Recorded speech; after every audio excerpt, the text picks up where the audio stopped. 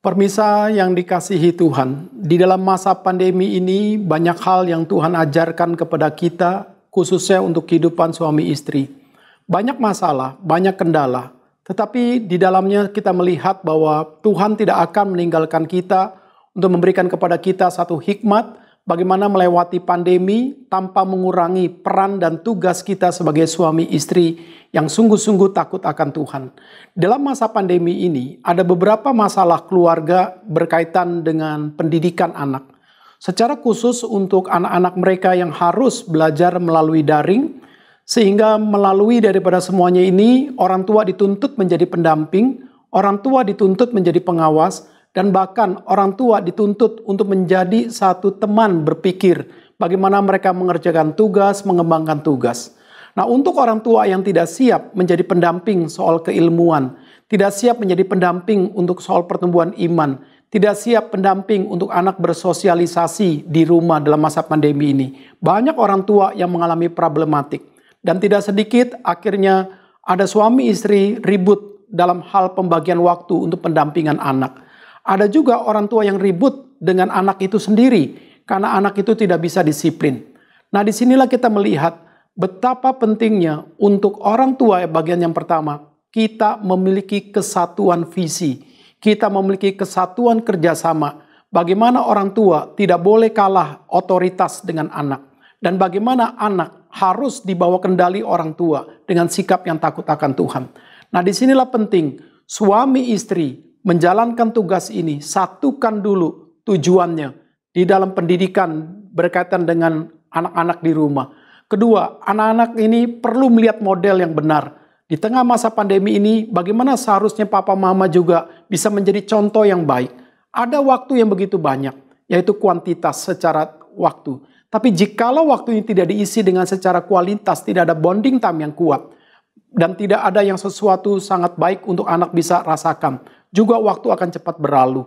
Nah, disinilah maka orang tua harus memiliki model yang kedua. Model pendidikan yang baru. Di zaman pandemi yang baru ini, kira-kira kita harus memainkan model inovatif yang apa? Ketika anak butuh pendampingan, bagaimana mama bisa mendampingi menjadi guru yang baik, guru yang cerdas, guru yang menginovatif.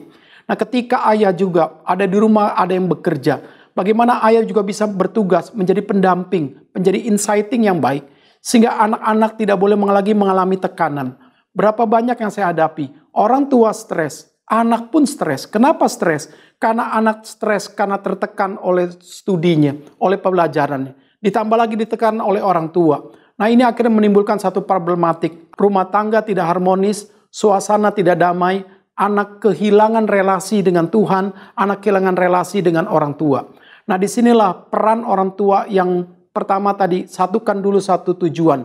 Model apa yang kedua yang harus kita terapkan? Dan yang ketiga, kita mau membangun satu karakteristik apa yang cocok di tengah anak satu, anak dua, anak tiga ketika mereka sekolah di rumah.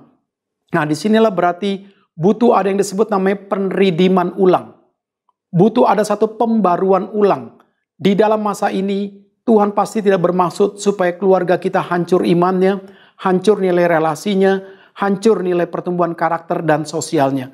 Maka orang tua, ini adalah sedang dikumpulkan oleh Tuhan supaya di rumah bisa menjadi fungsi yang baik, seperti suasana retreat, sehingga anak-anak bisa merasakan, menemukan figur yang baru daripada seorang ayah dan seorang ibu di dalam Tuhan. Nah, disinilah dibutuhkan sekali satu kerendahan hati daripada papa dan mama untuk siap membangun satu kebiasaan yang baru, di dalam cara berkata-kata yang baru, di cara bersikap yang baru, cara encourage yang baru, cara mendorong yang baru. Nah, kita tidak mau anak kita stres. Dan tidak sedikit banyak orang tua juga yang mengeluh kepada saya problematik menyangkut masalah keluarga di tengah pandemi. Tidak sedikit juga anak-anak ada yang juga lapor, mereka juga stres, ditekan oleh sekolah, ditekan oleh orang tua di rumah. Nah, di sini berarti kita harus belajar bagaimana keluarga menjadi tempat pusat supaya semua masalah itu terurai dalam kasih Tuhan.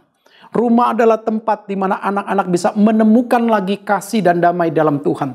Jadi bukan menemukan kestresan, bukan menemukan kekosongan. Maka ketika anak-anak dalam masa pandemi ini, mereka tidak bisa bersosial secara real.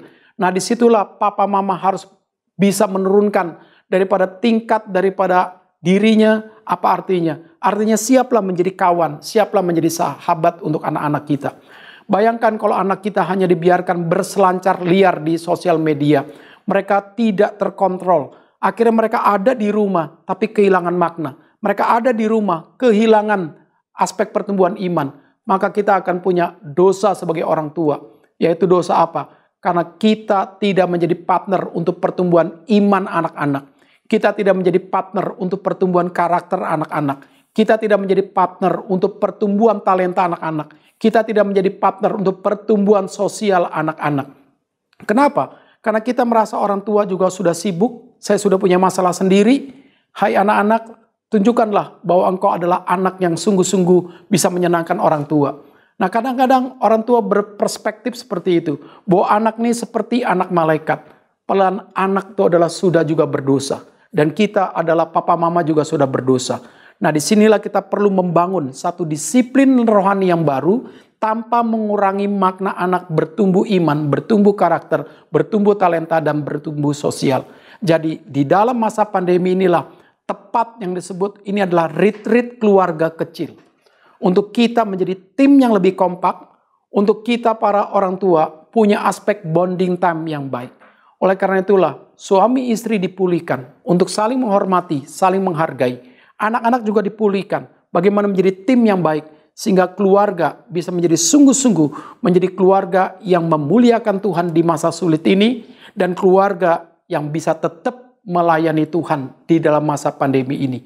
Kiranya setiap kita boleh masing-masing introspeksi diri. Supaya ada pembaruan demi pembaruan. Supaya kita bisa melewati pandemi ini tanpa mengurangi hati kita untuk menyenangkan Tuhan. Dan hati-hati, pandemi menciptakan banyak keegoisan yang baru. Yang dimana setiap orang tidak peduli. Karena masing-masing peduli dengan kesenangannya, dengan game, dengan temannya sosial yang lain-lain, di media, tanpa lagi membangun satu nilai keunikan. Manusia saling menajamkan untuk kita lebih baik di mata Tuhan. Kiranya Tuhan boleh sungguh memampukan kita sebagai couple, sebagai orang tua, menjadi orang tua yang bijak. Karena kita selalu mengandalkan Tuhan di masa sulit, dan kita selalu berharap kepada Tuhan di masa sulit ini. Dan Tuhan pasti akan menolong kita, memampukan kita melewati ini dengan tim yang baik, dengan anak-anak. Tuhan memberkati kita. Amin.